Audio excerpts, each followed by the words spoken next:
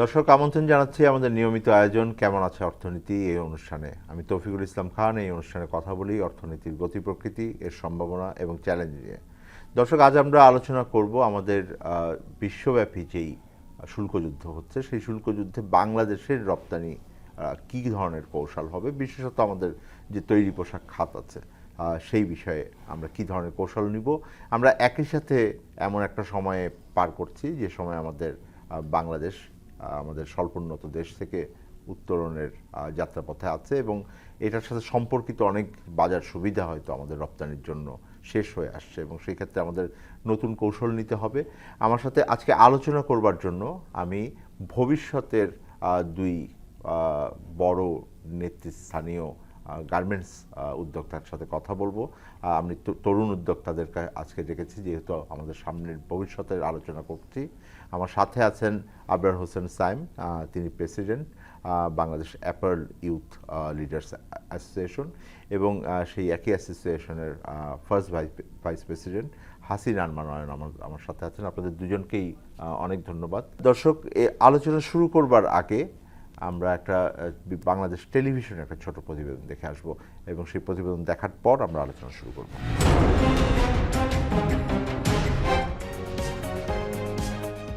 রপ্তানি খাতের উদ্যোক্তা ও বিশ্লেষকরা বলছেন, বর্তমানে আমেরিকার পণ্য বাংলাদেশের বাজারে প্রবেশের ক্ষেত্রে ৭৪% শুল্ক রয়েছে।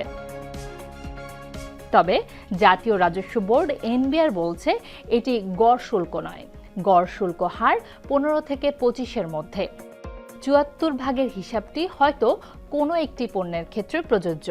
আমেরিকার পণ্য আমদানিতে শুল্ক কমিয়ে অর্ধেকে আনলেও বাংলাদেশ আর্থিকভাবে ক্ষতিগ্রস্ত হবে না, কারণ সেগুলো মৌলিক পণ্য নয়। অন্যদিকে আমেরিকায় বাংলাদেশি রপ্তানি পণ্যের সবই মৌলিক চাহিদার পণ্য, আর এই সুযোগ কাজে লাগাতে পারে বাংলাদেশ। নির্ভর করছে এই উচ্চ শুল্ক দিয়ে মার্কিন ক্রেতারা তাদের পণ্য কিনবেন কিনা।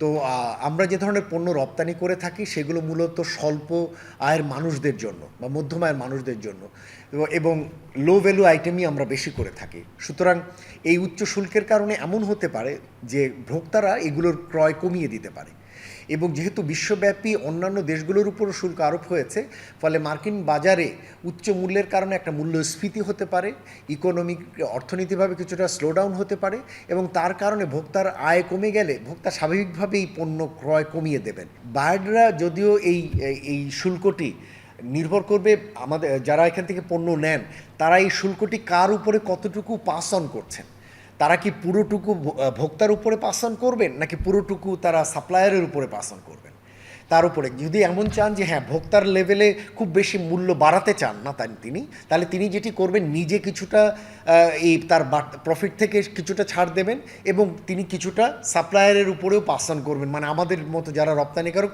এদের উপরেও পাস অন করবেন। এর উপরেও নির্ভর করবে যে আমাদের রপ্তানি সক্ষমতার ক্ষেত্রে এই নতুন শুল্ক কার উপরে কতটা প্রভাব ফেলবে। আমেরিকায় তৈরি পোশাক রপ্তানিতে বাংলাদেশের প্রতিযোগী দেশগুলোর মধ্যে আছে চীন, Vietnam, Indonesia, Bharat, Cambodia, Sri Lanka ও পাকিস্তান।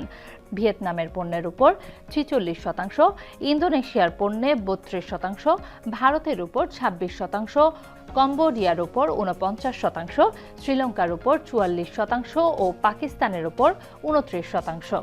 আমেরিকার নতুন শুল্ক নীতি যেহেতু কোনো রাজনৈতিক সিদ্ধান্ত নয় এবং বাংলাদেশের পণ্য রপ্তানিতে প্রতিযোগী দেশগুলোর শুল্ক হারও প্রায় একই, ফলে এই নিয়ে এখনই উদ্বিগ্ন হওয়ার কিছু নেই বলে মনে করছেন অর্থনীতিবিদগণ।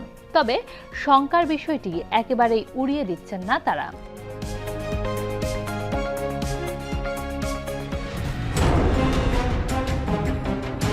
দর্শক, আপনার প্রতিবেদনটি দেখলেন। আমরা আলোচনা শুরু করছি। আবরার হোসেন সাইম, আপনার সাথে আলোচনা শুরু করি।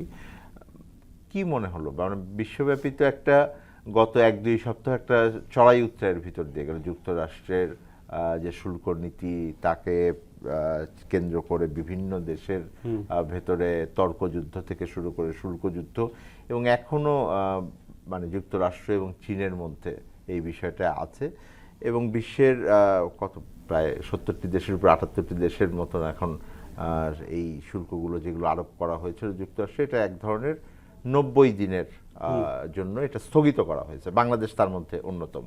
এবং বিভিন্ন হারে করা হয়েছে, কিভাবে করা হলো সেটা নিয়ে আলোচনা হয়েছে। 90 দিনের সময়টাকে কি প্রস্তুতি হিসেবে দেখছেন, নাকি আপনারা মনে করছেন যে এই ধরনের শুল্ক ব্যবস্থা আর আসবে না?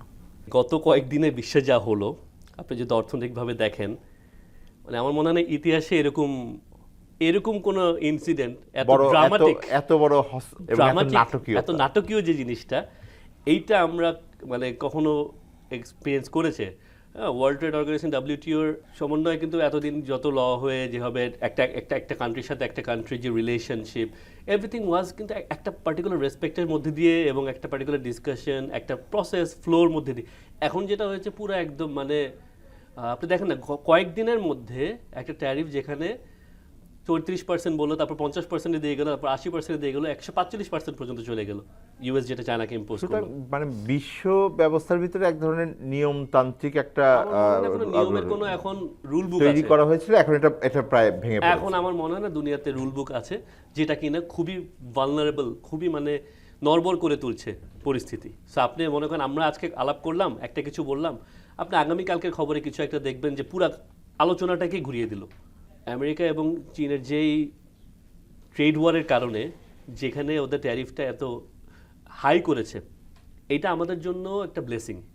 যদি এটা না থেকে প্রথমে যেটা ডিসক্লোজ করেছিল রেসিপ্রোকাল ট্যারিফ, যে ক্যালকুলেশনটা করেছিল যে ট্রেডের যে ইমব্যালেন্স, ট্রেড ইমব্যালেন্সের কারণে যেই ট্যারিফটা সেট হয়েছে, ওইভাবে যদি থাকতো তাহলে আমরা মনে হয় না মানে এখানে ইভেন টকশোতে বসে আমরা কথা বলার সুযোগটা পেতাম, বিকজ এতটা ক্ষতিগ্রস্তের দিকে আমরা থাকতাম, কিভাবে ট্যাকেল দিতাম এটার অ্যান্সার মনে হয় না আমাদের কাছে ছিল। এখন তো আসলে তো এই বিষয়টি পুরোপুরি চলে যায়নি, আসলে তো এটা 90 দিনের জন্য স্থগিত করা হয়েছে।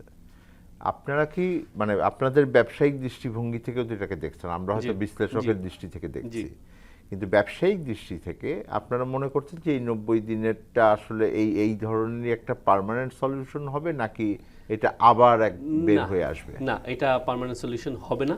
ইকোনমিক অর্থনৈতিক পার্সপেক্টিভ থেকে যদি আমরা চিন্তা করি, এটা কোনোভাবেই হবে না। কারণ এখন যেটা সেট হয়েছে, আমেরিকার এবং চায়নার যে ট্যারিফটা সেট হয়েছে, এইটা সাস্টেন করার মতন না। এটা একটা ইকোনমি কোল্যাপস করার মতো, পুরো গ্লোবাল ট্রেড কোল্যাপস করার ট্যারিফ। সো এটা কোনোদিনও সাস্টেন করতে পারবে না। এটা যদি সাস্টেন করে, দ্রব্যমূল্যের দাম থেকে শুরু করে পুরো বিশ্বের প্রত্যেকটা জিনিসের দাম, ট্রেড ইমব্যালেন্স এতভাবে বাড়বে, এটা দ্য ওয়ার্ল্ড এটা নিতে পারবে না। কিন্তু বাংলাদেশের ক্ষেত্রে বা ভিয়েতনামের ক্ষেত্রে বা ভারতের ক্ষেত্রে, কারণ চীন এবং যুক্তরাষ্ট্রের ভেতরকার এক ধরনের বাণিজ্য যুদ্ধই বলি বড় পরিসরে, এটা অনেকদিন ধরেই আছে এবং আবার দুজনের মধ্যে বাণিজ্য বোধহয় সবচাইতে বেশি সারা পৃথিবীর ভিতরে।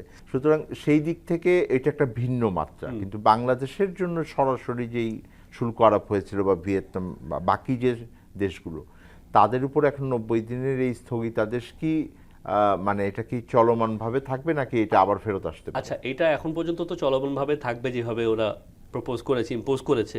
কিন্তু আমাদেরকে কাজ করতে হবে অ্যাক্টিভলি, যাতে এটাকে আমরা মানে রিনেগোশিয়েট করতে পারি। কারণ না হলে আমরা সাস্টেন করাটা আমাদের জন্য, যুক্তরাষ্ট্র আমাদের জন্য অনেক বড় একটা মার্কেট এবং এই মার্কেটটা আমাদের জন্য আরও বেশি পসিবল একটা মার্কেট ছিল। ইউরোপে কিন্তু অনেক রেগুলেশনস আসতেছে, যেটার জন্য আমি বলবো আমাদের 70%-এর বেশি ফ্যাক্টরি রেডি না। এই যে এত রেগুলেটরি চেঞ্জেস আসতেছে, সো আমাদের কিন্তু আমেরিকান মার্কেটটা খুব ইম্পর্ট্যান্ট একটা মার্কেট এবং এই মার্কেটের দিকে তাকিয়ে কিন্তু আমরা অনেকেই আশা করতে পারছিলাম যে আচ্ছা এইদিকে আমরা এক্সপোর্ট বাড়িয়ে ব্যালেন্স করতে পারবো। কিন্তু ওইটা তো তখন থাকবে না, উল্টা আরও এখান থেকে আপনি হারাবেন। তো তখন আপনি এই দেশে যে অলরেডি যেই মার্জিন কমে এসেছে এবং এই দেশে আমাদের যে প্রাইসটা আমরা পাচ্ছি, কারণ আমরা কটন বেস প্রোডাক্ট, আমি এখানে আসছি ওই বিষয়টাতে, তো ওই জায়গাটাতে আমরা সাস্টেন কীভাবে করবো, প্রাইস কীভাবে পাবো? ডেফিনেটলি আমাদেরকে নেগোশিয়েট করতে হবে যে আমাদের এইটা যেটা স্থগিতের পরে এটা কমে আসে, এবং এটা কমে আসার জন্য আমাদেরকে ডেফিনেটলি আমেরিকাকে কিছু অফার করতে হবে। ওই অফারটা কি হতে পারে ওইটা নিয়ে আমরা। আচ্ছা, আমি একই রকমভাবে হাসিনা রহমান আপনার কাছেও জানতে চাইবো। আমি তো যেটা আবরার হোসেন বললেন যে এইটা মানে ঝুঁকি পুরোপুরি চলে যায়নি, আমাদের কাজ করতে হবে। কোন কোন জায়গাগুলো আপনি দেখেন যে এখনও আমাদের এই 90 দিন কি তাহলে আমাদের খুবই সতর্কভাবে কাজ করার সময়, বা খুব মানে এই সময়টা কি আমাদের খুবই অ্যাক্টিভ থাকার সময়, এইটাই মনে করছেন আপনারা? আমার কাছে যেটা মনে হয় যে পৃথিবীতে ধরেন যেখানেই কোনো ক্রাইসিস হয়েছে ওইখান থেকে অপরচুনিটি বের হয়ে আসছে। সো এটা একটা ক্রাইসিস, বাট আমরা এখানে অনেকগুলো অপরচুনিটিসও দেখতে পাচ্ছি। ধরেন বাংলাদেশের সাথে 90 দিনের যে এখন একটা পজ দেওয়া হয়েছে এই ট্যারিফটার উপর, সো এখানে অন্যদিকে দেখা যাচ্ছে যে চায়নার উপর ট্যারিফের সংখ্যাটা অনেক বেড়ে গিয়েছে। সো আমরা যদি গ্লোবাল অ্যাপারেল মার্কেট চিন্তা করি, সেখানে কিন্তু আপনার চায়নার মার্কেট শেয়ারের পরই আমাদের মার্কেট শেয়ার।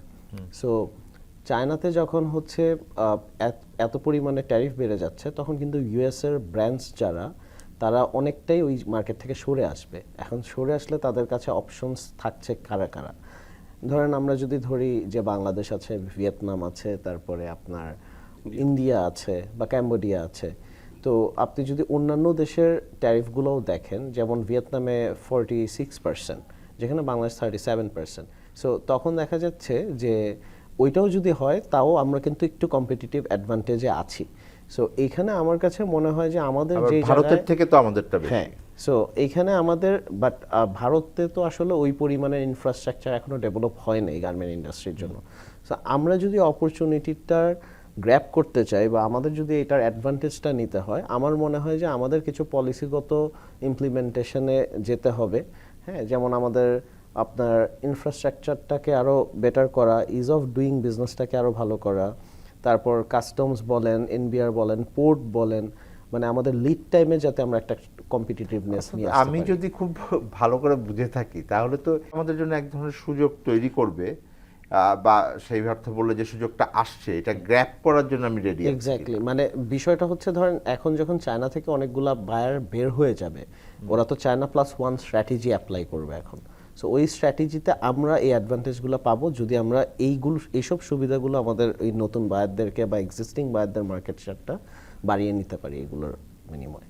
জনাব আবরার হোসেন, আপনার কাছেও বলি যে আমরা একই রকম ভাবে, আপনি মনে করেন যে এটা একটা ইতিবাচক দিকেই যাবে? মানে একটা বিষয় তো হলো যে আবার ওই 37% বা 40% যেটা ভিয়েতনামের জন্য আছে, মানে সবাই যে এখন ইন্ডিভিজুয়ালি নেগোশিয়েট করবে বলছে, ট্রাম্পের এইটাই তো এটাই হবে।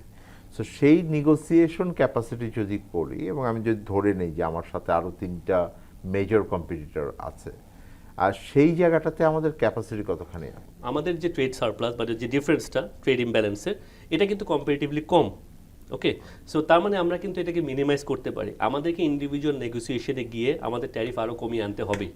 এই 37% যদি থাকে, তাহলে কোনোভাবে আমরা কম্পিটিটিভ না, এবং এটা বিশাল আমাদের পণ্যের উপরে যে বিশালভাবে ক্ষতিগ্রস্ত হব আমরা। সো এটাতে থাকা যাবেই না। এখন এটা থেকে কমে আসতে হলে কি করণীয় করা যেতে পারে? ডেফিনেটলি এই পলিসিগুলোতে কাজ শুরু হয়েছে এবং প্রপোজালের জন্য রেডি হচ্ছে, যেমন bonded facilities for the US cotton. কারণ তার মানে কি আলটিমেটলি এই সাইনগুলোতে আমরা কি বুঝি, ইউএস কটন ইম্পোর্ট আমাদেরকে বাড়াতে হবে। এখন ইউএস কটন ইম্পোর্ট বাড়াতে হলে আপনি তো আলটিমেটলি বায়ার কি দেখবে, এন্ড প্রোডাক্ট প্রাইস। এখন ইউএস কটন কিন্তু আমাদের এখানে যখন আসতে থাকে লজিস্টিক্যালি ডিস্টেন্সের কারণে প্রাইস কিন্তু সিগনিফিকেন্টলি হাই হয়ে যাচ্ছে।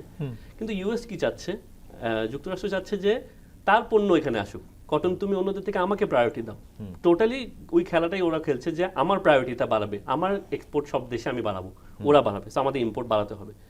ওই অফারগুলোতে কিন্তু আমাদেরকে ওই জায়গার ট্যারিফ আমরা কিভাবে মিনিমাইজ করতে পারি, ওই জায়গায় আমরা কিভাবে ডিউটি ফ্রি অ্যাক্সেস দিতে পারি, ওই জায়গায় সাবসিডিজ কিভাবে ক্রিয়েট করতে পারি। আমার তো এমনিও যদি আমি যেই আপনার গার্মেন্টসের জন্য যদি রপ্তানির জন্য যেই আপনি তুলা আমদানি করেন, সেটার উপর তো ট্যারিফ আমরা এমনিও দেই না। না না না, অ্যাডিশনাল সাবসিডির কথা বলছি, যে ইউএস কটনে যদি আমরা ইম্পোর্ট করি, এখানে আমরা তো ইউএস কে দিচ্ছি, আমরা এখানে কি কোনোভাবে সাবসিডিজ পলিসি দিতে পারছি না? কারণ ওটা বেশি দামে পড়বে। আলটিমেটলি তো প্রাইস, আমাকে প্রাইসটা ঠিক রাখতে হবে। কারণ আমি যদি প্রাইস বাড়িয়ে দিই, দিন শেষে বায়ার যদি দেখে যে তুমি ওর সাথে ট্যারিফ কি করলে না করলে দেখার বিষয় না, নেট প্রাইস তোমার কোথায় গিয়ে দাঁড়াচ্ছে, ওটা যদি আমরা বাকি দেশের সাথে কম্পিটিটিভ না হতে পারি, আমরা তো ওই মার্কেটে কম্পিট করতে পারবো না। আমি আপনার কাছে যদি জিজ্ঞেস করি, হ্যাঁ হাসিনা, আপনি যদি মানে আমি ডিফারেন্সটা যদি দর্শকদেরকে বোঝাতে চাই, যে আমরা নর্মালি এখন তুলা বিভিন্ন দেশ থেকে আনি, অন্য দেশ থেকে আনা তুলা এবং যুক্তরাষ্ট্রের থেকে আনা তুলা, এটার মধ্যে পার্থক্য কতখানি দামের? দামের তো অফকোর্স একটা সিগনিফিক্যান্ট ডিফারেন্স থাকেই, বাট এর থেকে বড় কথা হচ্ছে কোয়ালিটিরও একটা ডিফারেন্স আছে। সো আমরা এইখানে ধরেন এই জায়গাগুলোতেই আমরা কিন্তু বেশ কিছু, যেটা সায়েম ভাই বলছিলেন যে আমরা বেশ কিছু টেকনিক্যাল ওয়েজ বের করতে পারি। যেমন ধরেন আমরা যে কটনটা ইম্পোর্ট করছি, এটা যদি একটা পোর্শন আমরা ইউএস বেস কটন ইম্পোর্ট করি, সেই ক্ষেত্রে বা ইউএস কটনের আওতায় যেগুলো আছে সেগুলো যদি আমরা করি, তখন কিন্তু ওইখানে আমরা একটা ট্যাক্স রিবেটের অপশন পাবো বা পাচ্ছি। আবার ধরেন আমরা যদি ফ্রি ট্রেড জোন যেগুলো, ওইগুলোকে আমরা ওয়্যার হাউস হিসেবে ওই সব জায়গাকে ইউজ করি, সো সেখান থেকেও কিন্তু আমরা একটা ট্যারিফের উপর আমরা একটা ছাড়পত্রের মতো একটা কিছু পেতে পারি আর কি। তো এই ধরনের কিছু ব্যুরোক্রেটিক্যাল ওয়েজ আমাদের আসলে বের করতে হবে, বা আরও কিছু আমাদের জিনিস মানে এই ব্যুরোক্রেসিগুলো যদি আমরা মেনটেন করতে পারি, সেই ক্ষেত্রে আমার মনে হয় যে আমরা এখান থেকে একটা অ্যাডভান্টেজ নিতে পারি আর কি। সুতরাং নিঃসন্দেহে একই রকমভাবে আমাদের কিছু স্পেসিফিক পদক্ষেপ হয়তো আমাদের সামনের দিনে নিতে হবে। দর্শক, আমরা আলোচনা করছিলাম যে বিশ্বব্যাপী যেই আমাদের ট্যারিফ ওয়ার শুরু হয়েছে, শুল্ক যুদ্ধ আমরা বলছি, সেই শুল্ক যুদ্ধকে সামনে রেখে যার পুরোপুরি রূপ আমরা হয়তো দেখতে পাইনি, সেই দিক দৃষ্টিভঙ্গি থেকে আমাদের কি কি করার আছে। একটা বিরতিতে যাচ্ছি, বিরতির পর আবার ফিরবো, আলোচনা করব যে বাংলাদেশের রপ্তানির জন্য কৌশল কেমন হবে।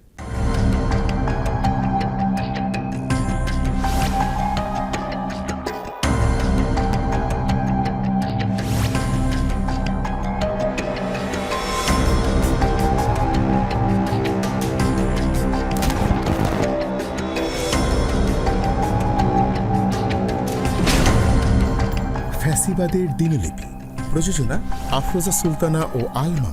দেখবেন প্রতি রবি থেকে বৃহস্পতিবার সন্ধ্যা 7টায়। দর্শক, আমন্ত্রণ জানাচ্ছি আমাদের নিয়মিত আয়োজন কেমন আছে অর্থনীতির আজকের পর্বের দ্বিতীয় ভাগে। আজকে আমরা আলোচনা করছিলাম যে আমাদের যে বিশ্বব্যাপী এক ধরনের শুল্ক যুদ্ধ চলছে, যে নতুন বাণিজ্যের ভেতরে এক ধরনের অস্থিরতা আছে, তার ভিতরে আমাদের রপ্তানির কৌশল কি হবে। আবরার হোসেন, আপনার সাথে যে বিষয়টি আলোচনা করছিলাম যে আমাদের দুই ধরনের পদক্ষেপ নেওয়ার আছে। একটা তো স্বাভাবিকভাবে আমার ক্যাপাসিটি যদি অপরচুনিটি থাকে সেইটা আনার, আর কিন্তু স্পেসিফিকভাবেও হয়তো আমাদের কাজ করতে হবে, নেগোসিয়েশনের ব্যাপার আছে, সেটা তো থাকবে। একই সাথে যদি আমি বলি যে এইটার প্রভাব শুধুমাত্র যুক্তরাষ্ট্রের বাজারের জন্য, সার্বিকভাবে কি আপনি মনে করেন যে মানে বাংলাদেশের রপ্তানি অন্যান্য জায়গায় ইউরোপিয়ান বাজারে বা সেইখানে, ওইখানেও কি আমাদের ফোকাসে কিছু চেঞ্জ হবে, যেটা ব্যাপারে আমাদের সতর্ক থাকা উচিত? আমাদের যুক্তরাজ্য আর ইউরোপিয়ান ইউনিয়ন, হ্যাঁ, এই তিনটা জায়গায় কিন্তু আমাদের অলমোস্ট মোর দেন 80% এক্সপোর্ট। আমরা কিন্তু খুব একটা ডাইভার্সিফাইড যে তা কিন্তু না। সো মেজরিটি কিন্তু আমাদের এফেক্ট এই তিনটা মার্কেটকে নিয়েই। এবং যেটা আমি বললাম যে ওখানেও রেগুলেটরি চেঞ্জেস আসতেছে, কমপ্লায়েন্স এফেক্ট আসতেছে, যেটার কারণে ম্যানুফ্যাকচারদের নতুন ইনভেস্টমেন্ট করা লাগতেছে, কমপ্লায়েন্ট হতে হচ্ছে, অনেক কিছু খেয়াল করা লাগতে হচ্ছে। এবং ওই কারণে ওইভাবে কিন্তু আমাদের দেশে সব ম্যানুফ্যাকচারকে রেডি হতে হবে। এখন ওভারঅল যদি আমি একটা কম্পিটিটিভ অ্যাডভান্টেজের কথা বলি যে আমাদের যদি রাখতে হয়, আমাদেরকে ইভেন কটন প্রোডাক্টের বাইরেও চিন্তা করতে হবে। এখন তো আমরা কটন নিয়ে কথা বলছি, এটা ডিরেক্ট ইউএস কটনের সাথে আমাদেরকে ইম্পোর্ট করে এটা ব্যালেন্স করতে হবে, সো দ্যাট কটন, যেহেতু আমাদের অলমোস্ট 70% এক্সপোর্টই আমাদের কটন, আমাদের দেশ থেকে কটন প্রোডাক্ট, তাহলে ওইটা আমাকে ঠিক করতে হবে, কারণ আমি রাতোরাত চেঞ্জ করতে পারবো না। কিন্তু আমার লং টার্মে কী করতে হবে, আমাকে এই কটন বেস প্রোডাক্ট থেকে বের হয়ে আসতে হবে, আমার ম্যানমেড ফাইবার বাড়াতে হবে। এখন ম্যানমেড ফাইবারে আমরা কিন্তু যখন ইম্পোর্ট করি, মেজরিটি চায়না থেকে আমাদের ইম্পোর্ট করা লাগতেছে, ওইখানে কিন্তু আমাদের ট্যাক্স রেট অনেক হাই। এই জায়গায় কিন্তু তাহলে পলিসি সাপোর্ট লাগবে, ট্যাক্স সাপোর্ট লাগবে, বিকজ আপনার ম্যানমেড ফাইবার আমাদেরকে করতে দিতে হবে। ম্যানমেড ফাইবার যদি আপনি লোকালি তৈরি করতে চান, তাহলে এখানে হিউজ ইনভেস্টমেন্টের ব্যাপার আছে। এত হাই ইন্টারেস্ট রেটে ইনভেস্টমেন্ট কীভাবে ফিজিবল করবেন? তাহলে আপনাকে ফরেন ইনভেস্টমেন্টও এখানে অ্যাট্রাক্ট করতে হবে। ওইটার জন্য তাহলে দেশের টোটাল পরিস্থিতি আপনি একটা ব্যালেন্স এবং স্টেবল পরিস্থিতি আপনাকে দিতে হবে গ্লোবালি, নাহলে কেন ইনভেস্টার আসবে? সো এগুলো সব কিন্তু একটা সাথে জড়িত। আপনাকে ম্যানমেড ফাইবারে আলটিমেটলি যেতে হবেই, এবং ম্যানমেড ফাইবারে তাহলে আপনাকে ইম্পোর্টের এখানে আপনাকে ট্যাক্সে আমাদেরকে সাপোর্ট দিতে হবে গভর্নমেন্টের। ম্যানমেড ফাইবার যদি লোকালি আপনি করতে চান, তাহলে ওইখানে ইনসেন্টিভাইজ করতে হবে, যাতে লোকাল ম্যানুফ্যাকচারার ম্যানমেড ফাইবার এখানে 100, 200, 300, 400 কোটি টাকার প্রজেক্ট মিনিমাম, এর নিচে কিন্তু না।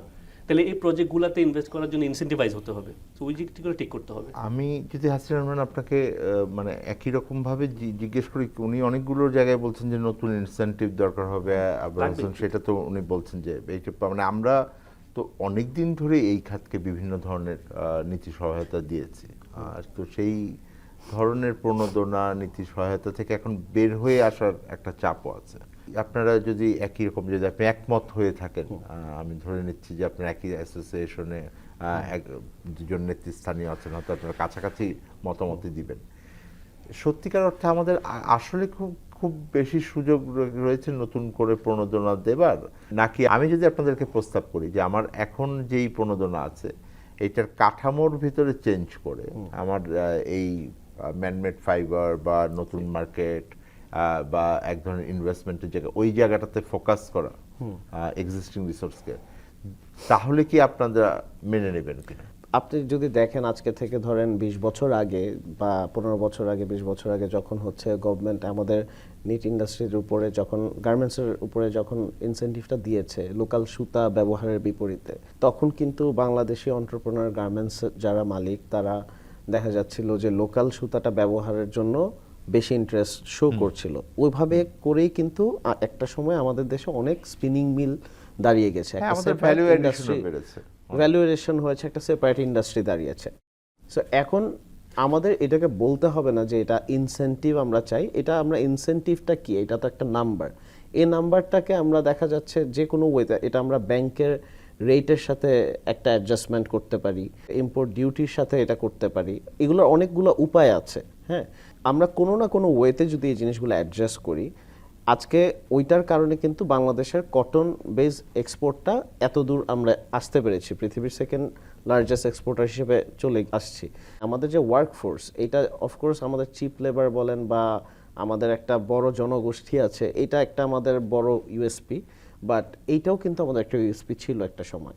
বা সো এখন আমি যেটা বলবো, ধরেন এই যে ম্যানমেড ফাইবার, এইটাকে যদি আমরা বাংলাদেশে আরও পেট্রোনাইজ করতে চাই, ধরেন এখন যখন চায়নাতে ট্যারিফ ওয়ার চলবে ইউএসের সাথে, তখন কিন্তু অনেক ইনভেস্টররা বাংলাদেশে বা ভিয়েতনামে অল্টারনেটিভ দেশগুলো খুঁজবে ইনভেস্টমেন্টের জন্য।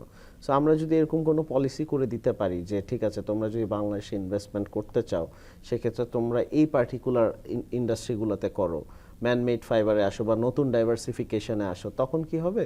তখন দেখা যাবে যে আমাদের একটা টেকনিক্যাল ডেভেলপমেন্টটাও হবে, প্লাস হচ্ছে আমরা ফরেন ইনভেস্টমেন্ট নিয়ে আমরা একটা ডিফারেন্ট ডাইভার্সিফিকেশনের দিকে আমরা এগিয়ে যেতে পারি। আমি এই জন্য যদি আপনাকে প্রশ্ন করি যে সেই দৃষ্টিভঙ্গি থেকে যদি দেখি, বাংলাদেশে জয়েন্ট ভেঞ্চার ভাবে যদি করবার সুযোগ থাকে, আপনাদের সেই ব্যাপারে কোনো ধরনের উদ্যোগ বা চিন্তা আপনারা মনে করেন কিনা যে আমাদের উদ্যোক্তা পর্যায়ে হোক, সরকারের পর্যায়ে হোক নেওয়া উচিত, যেন আমার দেশের ভেতরে, আপনি যেটা বলছেন যে আমার উনি বলছেন যে চায়না থেকে আনতে গেলে আমাদের অনেক খরচ পড়ে যায়, আমরা কম্পিটিটিভ থাকি না, তো আমরা দেশের ভেতরেই ওই দেশগুলো থেকে আমরা ইনভেস্টমেন্ট করে আনতে পারি কিনা? ইনভেস্টমেন্টের ব্যাপারে আমার কাছে পার্সোনালি মনে হয় যে বাংলাদেশে এমন উদ্যোক্তাও আছে যারা অত পরিমাণ টাকা ইনভেস্ট করে একটা ইন্ডাস্ট্রি করতে পারে, বাট এখানে আমাদের যেই জিনিসটার একটা ল্যাকিং আছে সেটা হচ্ছে টেকনিক্যাল এক্সপার্টিস। সো আমরা এই কারণেই কিন্তু জয়েন্ট ভেঞ্চারে মোর ইন্টারেস্টেড। কিছুদিন আগে যে আমাদের বাংলাদেশ ইনভেস্টমেন্ট সামিটটা গেল, বেশ জাস্ট 2-3 দিন আগে, তো এইখানে যেমন আমরা ফরেন ইনভেস্টর বলেন বা এটা যে একটা মিলন মেলা আমরা দেখেছি, অ্যান্ড সামনে যে আমাদের 200 চাইনিজ ইনভেস্টর আসার কথা ওদের বাণিজ্য মন্ত্রী সহ, সো আমরা যদি ওখান থেকে একটা ভালো আউটপুট নিয়ে আসতে পারি, আমার মনে হয় এটা আমাদের জন্য মোর বেনিফিশিয়াল হবে। বিকজ ইনভেস্টমেন্ট যদি চায়না থেকে বাংলাদেশে আসে, ফরেন ইনভেস্টররা তারা অফকোর্স জয়েন্ট ভেঞ্চারে আসবে বা এরকম একটা সুযোগ তৈরি হবে, আগ্রহ থাকবে, বলতে আগ্রহ থাকবে। সো এটা যদি আমরা করি, অফকোর্স আমরা এটাকে ওয়েলকাম করবো, অ্যান্ড আমাদের আরেকটা নতুন ডাইভার্সিফিকেশনের পথ বের হয়ে গেল, যেটা আমরা যদি কটন আর ম্যানমেড ফাইবার হিসাব করি, পৃথিবীতে কিন্তু আপনার এমএমএফ এর পার্সেন্টেজের সংখ্যাটা অনেক বেশি কটন বেসড প্রোডাক্টের থেকে। সো আমরা কিন্তু ওই মার্কেটে এখনো মাত্র 4%-এর মতো জাস্ট আমরা ওইখানে প্লে করছি। সো আমাদের যদি ওই মার্কেট শেয়ারটা আমরা বাড়াতে পারি, সো আমাদের এক্সপোর্টটাও আরও বেড়ে যাবে। আপনার কাছে যদি একই রকম জানতে চাই যে এই সম্মেলন যেটার কথা বলছিলেন হাসান, আমরাও এটার ব্যাপারে এক ধরনের আলোচনা করেছি যে এটার কতখানি সম্ভাবনাময়। নিঃসন্দেহে গার্মেন্টস তো আমার যদি মানে সবগুলো বিনিয়োগ খাতের ভিতরে গার্মেন্টস তো নিঃসন্দেহে অন্যতম প্রধান হবে বিদেশি বিনিয়োগ আনার ক্ষেত্রে, কারণ এখানে আমরা এমনিতেই ভালো, সুতরাং বিনিয়োগ করে এটাকে ব্যবহার করে তো দে শুড বি ইন্টারেস্টেড। এটাতে অনেক ইনসেন্টিভ দেওয়া হয়েছে, এটা আমরা জেনারেলি চিন্তা করলে বলতে পারি, রাইট? আমার একটা প্লি থাকবে যে আমরা গার্মেন্টসটাকে না আসলে খুব জেনারেলাইজ ভাবে দেখতেছি, এই ক্যাটাগরিটাকে আমরা জেনারেলাইজ ভাবে যেখানে দিয়ে আসছি, এভাবে না দেখে আপনি একটু ডিপে গিয়ে দেখেন যদি যে কোথায় দিয়ে আসছি। মনে করেন আপনি কোটা সেট করে দেন, যেখানে আপনি একটা কাজ করেন যে যেই গার্মেন্টসগুলো মনে করেন কটন প্রোডাক্ট, এটার আর কি, এটার যদি অ্যাডিশনাল লাইন কেউ করে, এটার যদি অ্যাডিশনাল গার্মেন্টস কেউ করে, ওখানে এই ফ্যাক্টরগুলো দিব না। তারপরে যে প্রোডাক্টগুলো দেশে হয় না আমাদের দেশে, ওই প্রোডাক্টগুলোকে আনার জন্য আমি বলছি যে আপনাকে ইনসেন্টিভাইজ করতে হবে। কারণ আপনাকে দেখতে হবে যে যেটা বললাম যে কটন প্রোডাক্টই আমরা হচ্ছে কি 70%-এর মতো কটন প্রোডাক্টই করতেছি, যেখানে ওয়ার্ল্ডে কটন প্রোডাক্ট হচ্ছে মাত্র 30%-এর মতন হচ্ছে গিয়ে ডিমান্ড, বাকি 70% তো নন কটন প্রোডাক্ট। তাহলে ওই জায়গাটা বাংলাদেশ কিভাবে যাবে? তারপর কারণ ওই জায়গাটাতে কিন্তু ভ্যালু এডিশন আছে। মানে এখন যদি আমার গার্মেন্টস খাতের রপ্তানি বাড়াতে হয় আমার হ্যাঁ। ওই জায়গাটাতেই ওই বাড়াতে জায়গাটা হবে। আপনি নতুন ইন্ডাস্ট্রি ভাবে দেখেন, আপনি এটাকে ক্যাটেগরাইজ করেন যে আমরা Right. কটন বেসড প্রোডাক্ট বা বেসিক প্রোডাক্ট এগুলাতে অনেক দিয়েছি, এগুলাতে আর দিব না, ফাইন, নো প্রবলেম, ভ্যালু আমরা এগুলাতে দিব এক। আর সেকেন্ড হচ্ছে যে যে অনেক পেয়েছে, ইনসেন্টিভাইজ পেয়েছে দেখি গার্মেন্টস কিন্তু ক্যাশ কাও হতে পেরেছে দেশের। আপনি আমাকে আরেকটা ইন্ডাস্ট্রি দেখান যেটা এই লেভেলে আসতে পেরেছে। এখন আমরা যদি নতুন কিছু ডেভেলপ করতে চাই ডেফিনেটলি আমরা করব, আমাদের এটা ফিউচার প্ল্যান, যাতে আমাদের একটা থেকে ডিপেন্ডেন্সি কমে। কিন্তু আমাদের এই লেভেলে তো একটা এখনো আসে নাই, তার মানে আমাদেরকে এটা বাঁচায় রেখে তারপর আরেকটা করতে হবে, নাহলে তো যখন আপনি এটাকে না বাঁচায় কিন্তু একটা করতে পারবেন না। আর একটু বলি, জাস্ট আমাকে একটা মিনিট দেন। যেটা হচ্ছে যে এই যে ডিফারেন্ট খাতটাকে আপনি যখন ইনসেন্টিভগুলা বা গার্মেন্টস আর পাবে কি পাবে না ওইটা কোশ্চেন, তখন আমরা করতে পারবো যখন যে বেসিক ইউটিলিটিসগুলো এগুলা কি এই খাত এত বছর পরেও কি ঠিক মতো পাচ্ছে না কিনা। আপনি একটু স্ট্যাটস আপনাকে বলি, জাস্ট এটা নিয়ে অনেক কথা হয়, গ্যাস প্রেশার, ইউটিলিটিসের সমস্যাটা। এটার কারণে গার্মেন্টস বাংলাদেশে 60%-এর মতন এফিসিয়েন্সি লুজ করতেছে। তাহলে এই খাত এই যদি এটা কার দেওয়ার কথা? সরকারের দেওয়ার কথা, এটা তো কারো প্রাইভেটলি নেওয়ার কথা না। না, এটা বাংলাদেশের এটা সরকারি তো সরকার দেওয়ার কথা। তো তাহলে যদি এখান দিয়ে না দিতে পারে আর একটা বিনিয়োগকারী বিনিয়োগ করে 60% এফিসিয়েন্সি কমে করে, সে গ্লোবাল মার্কেটে কিভাবে কম্পিট করবে? তার ব্যবসাকে কিভাবে সে নিবে? ইন্টারেস্ট রেট যদি এত হাই থাকে, সে তাহলে কিভাবে এটাকে সাস্টেনেবল করবে? আপনাকে তো আলটিমেটলি কম্পিট করতে হবে। তো এই তারপর পোর্টের হিসাব যদি আমি বলি, অন অ্যাভারেজ একটা স্টাডিতে দেখা যাচ্ছে যে 11 দিন লেগে যায় আমাদের এখান থেকে ক্লিয়ারেন্সে, যেখানে Vietnam, Cambodia less than 1 day.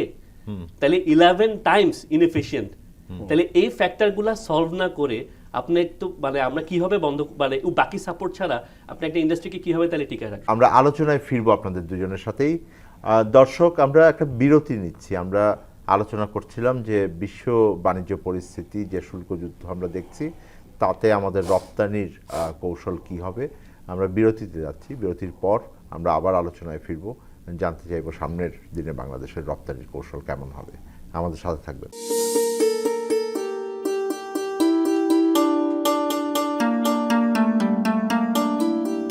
আরে জামাইরে আগে দাও। দিতাছি তো। জামাই কতদিন পরে আসলো। আম্মা, আপনার হাতের তরকারির মজাই আলাদা। কি সুন্দর কালার, জুত মতন সেদ্ধ, বিশেষ করে ডাইলের যা কালার আর স্বাদ। সবাই তো টিউবওয়েলে পানিতে রান্না করে, আমি রান্না করি পুকুরের পানি দিয়ে। কোন কি? পুকুর তো খোলা, পুকুরের পানিতে মানুষ গোসল করে, কাপড় চোপড় কাচে, হাঁস ভাসে সেই পানিতে। সেই পানি দিয়ে আপনি রান্না বান্না করছেন, কাম সারছি। মরে যাবেন তো আম্মা, একদম মরে যাবেন। কই মরি নাই তো এখনো। বুঝছি, এই জন্য আব্বা আপনি মাঝে মাঝে সাবিয়াও পেটের সমস্যায় ভোগে। থামো। এই তুমি সব সময় সবার ভুল ধরো কেন? না রে মা, জামাই বাবাজি ঠিক কথাই কইছে। শুধু আমরা না, আমাকে পুকুরের পানি যারাই ব্যবহার করে তারা প্রত্যেকেই পেটের সমস্যায় ভোগে। অনেকে রান্না বান্নার সময়, খাওয়ার সময় নিরাপদ পানি ব্যবহার করে, কিন্তু খাওয়ার আগে থালা বাসন ধোয়, গ্লাস ধোয়, এমনকি নিজের হাতও ধোয় পুকুরের পানি দিয়া, ট্যাপের পানি দিয়া। হ ঠিকই তো, তাই তো করি। শোনেন আম্মা, রান্না ও খাবারের জন্য নিরাপদ পানি ব্যবহার করুন। পুকুর কিংবা নদীর পানি পান করবেন না। পানি পান করার আগে ফুটিয়ে নেবেন। সেটা সম্ভব না হলে ব্লিচিং পাউডার, ফিটকিরি বা পানি বিশুদ্ধকরণ ট্যাবলেট দিয়ে পানি নিরাপদ করে নিন। ফল ও সবজি কাঁচা খেতে হলে নিরাপদ পানি দিয়ে ভালোভাবে ধুয়ে নিন। সবজি ও ফলমূল কাটার আগে 1 চামচ লবণ নিরাপদ পানিতে মিশিয়ে কমপক্ষে 30 মিনিট ভিজিয়ে রাখলে শাকসবজি ও ফলমূলে থাকা রাসায়নিক পদার্থের ক্ষতিকারক প্রভাব বহুলাংশে কমে যায়। পানিই জীবন, যদি তা হয় নিরাপদ।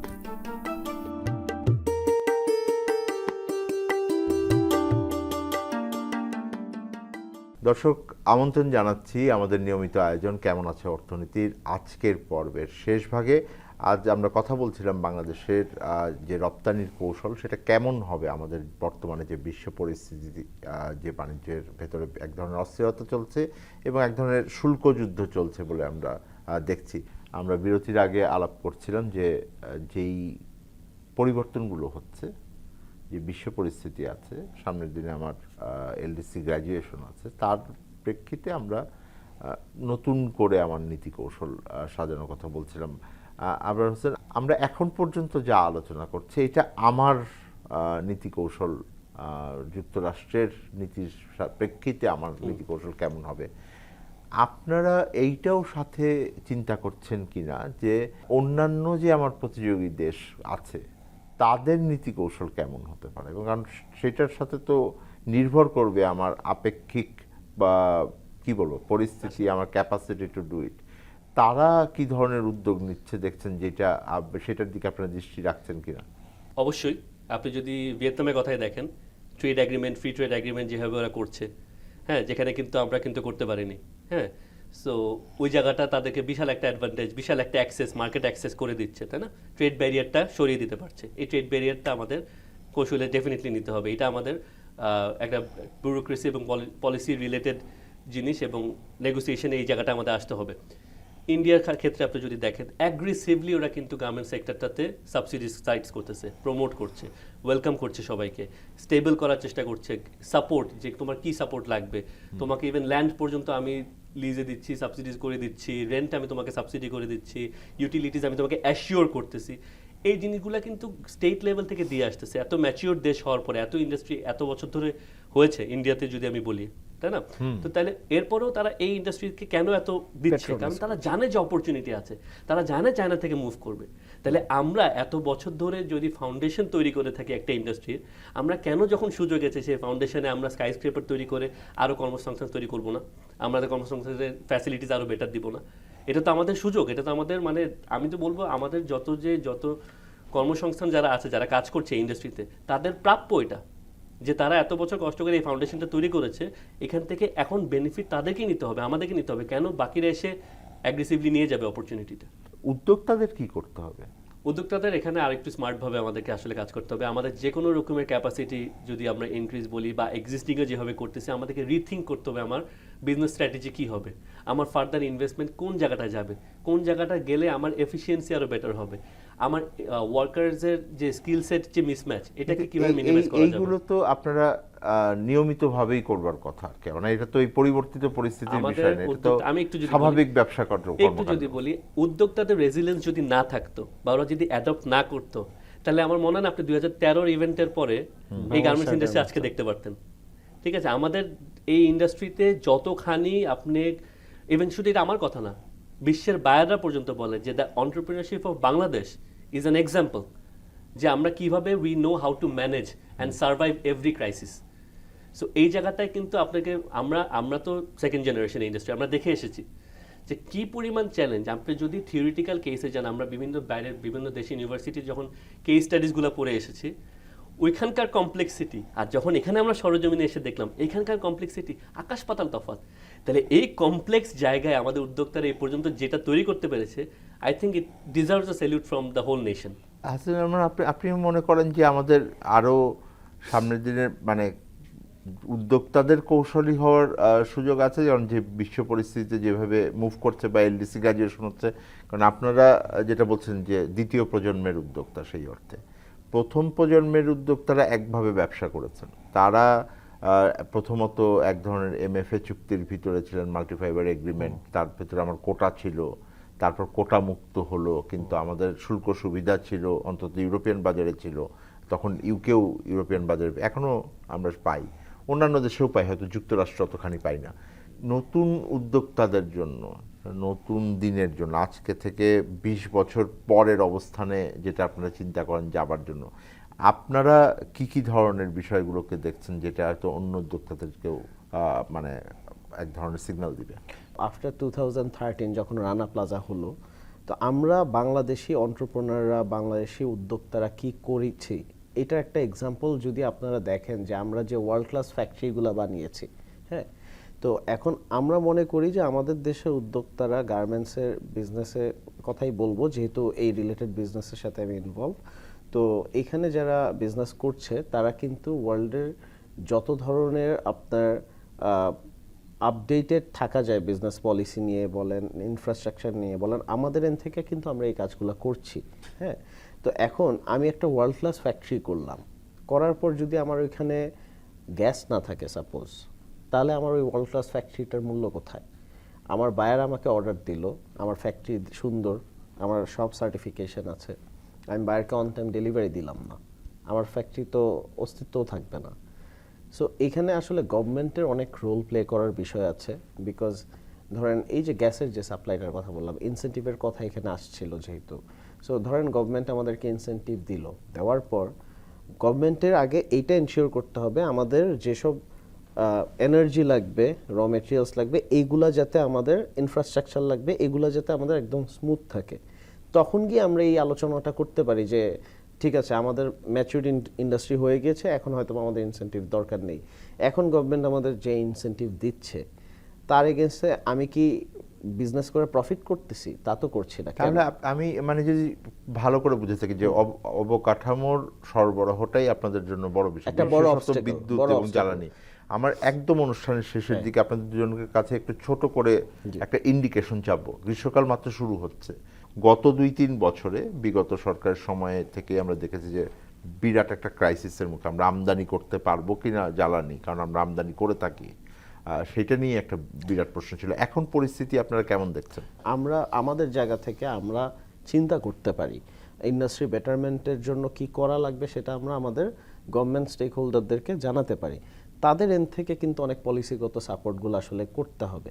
একটা সাজেশন আমার যেটা মনে হয় পার্সোনালি, বাংলাদেশে গার্মেন্টস ইন্ডাস্ট্রির যে পরিমাণ হচ্ছে অবদান আছে বা যে পরিমাণ এখানে কর্মসংস্থান হচ্ছে, সেই ক্ষেত্রে আমার মনে হয় যে গার্মেন্টসের জন্য একটা সেপারেট আলাদা মিনিস্ট্রি হওয়া উচিত, যারা শুধুমাত্র আমাদের ইন্ডাস্ট্রিটাকে আরও কিভাবে বড় করা যায় এইসব ব্যাপারে পলিসি বলেন, ব্যুরোক্রেটিক এই কাজগুলো করবে। প্লাস হচ্ছে আমরা যে ম্যানমেড ফাইবারকে বাংলাদেশে ডাইভার্সিফিকেশনের জন্য চিন্তা করছি, সো ম্যানমেড ফাইবারের ক্ষেত্রে কিন্তু আমাদের এনার্জির যে রিসোর্সটা, এইটা কিন্তু আমাদের একদম মানে উইদাউট এনি ব্যারিয়ার লাগে। মানে কটন বেসড প্রোডাক্টের ক্ষেত্রে দেখা যাচ্ছে আমরা একটু শর্টফল হচ্ছে বা হঠাৎ করে গ্যাস চলে যাচ্ছে, সেক্ষেত্রে আমাদের কোয়ালিটির অনেক খুব বেশি ইস্যু হয় না। বাট যখন আমরা ম্যানমেড ফাইবারে যাব, ওইটা ইন্ডাস্ট্রির সাইজ বড় হতে হয়, তারপরে দেখা যাচ্ছে ওখানে এফিশিয়েন্সি আরো গুরুত্বপূর্ণ হয়ে যায়, ওইটা আরো বেশি গুরুত্বপূর্ণ। আমার এই জায়গাগুলো এটা প্রথম গ্রীষ্মকাল হবে আমাদের অন্তর্বর্তীকালীন সরকার ক্ষমতা আসার পরে, সেই অর্থে যদি বলি, এবং তারপরে অর্থনীতির পরিস্থিতি কিছুটা হলেও উন্নতি হয়েছে, বিশেষত আমার জ্বালানির যে পেমেন্ট করার জন্য যে বৈদেশিক অর্থের সক্ষমতা, এক ধরনের স্থিতিশীলতা এখানে আসছে। আপনারা কতখানি আশাবাদী এখন? আমি এক কথায় বলবো যে আমি আশাবাদী। নতুন বাংলাদেশের স্বপ্ন আমরা সবাই দেখছি, এবং এই নতুন বাংলাদেশের স্বপ্নে কিন্তু আমরা অনেক কিছু পজিটিভও দেখতে পাচ্ছি, এটা অস্বীকার করার মতন একদমই না। এবং এই জায়গাটায় আমরা যারা তরুণ আছি, আমরা কিন্তু অনেকেই আশাবাদী যে এই যে চেঞ্জেসগুলো এখন আসছে, এই যে ইজ অফ বিজনেস থেকে শুরু করে ইনফ্রাস্ট্রাকচার সাপোর্টের যে ইনিশিয়েটিভগুলো এখন বলা হচ্ছে এবং নেওয়া হচ্ছে, উই রিয়েলি অ্যাপ্রিসিয়েট দিস। সেইখানে আমরা অ্যাপ্রিসিয়েট করি, এবং যেমন ফর এক্সাম্পল বিডা যে ইনভেস্টমেন্টের দিক থেকে প্রাইভেট সেক্টরকে কীভাবে আরও ইনক্লুসিভ করা যায়, ওইটার সাথে ওনাদের নেগোসিয়েশন কীভাবে আরও স্ট্রিমলাইন করা যায়, এই যে স্টেপগুলো নিচ্ছে, টোটাল গভর্নমেন্ট সার্ভিসগুলোকে ওয়ান স্টপ পোর্টালে নিয়ে আসছে, এই জিনিসগুলাই কিন্তু আমাদেরকে একসাথে সমন্বয়ভাবে সলিউশন বের করতে হেল্প করবে, কারণ চ্যালেঞ্জিং টাইমে একসাথে কাজ করা ছাড়া কোনো উপায় নেই। আমরা সেই আশাবাদের সুর ধরেই আজকের অনুষ্ঠান শেষ করছি। আপনাদের দুজনকে আবার ধন্যবাদ জানাচ্ছি। দর্শক, আমরা আজকের আলোচনা এখানেই শেষ করছি। আমাদের অনুষ্ঠান একেবারেই শেষের পর্যায়ে।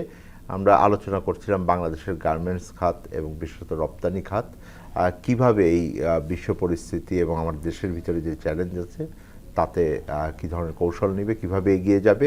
এখানে নিঃসন্দেহে সরকারের একটা বড় ভূমিকা আছে এবং অন্তর্বর্তীকালীন সরকার সেখানে কাজ করার ব্যাপারে দৃঢ়ভাবেই আমার মনে হয় যে কতগুলো সংস্কার কার্যক্রমের কথা বলেছেন, কিন্তু গুরুত্বপূর্ণ হয়ে উঠছে অবকাঠামোর সরবরাহ, এবং সেইটার নিশ্চয়তা খুবই গুরুত্বপূর্ণ আমাদের উদ্যোক্তাদের জন্য।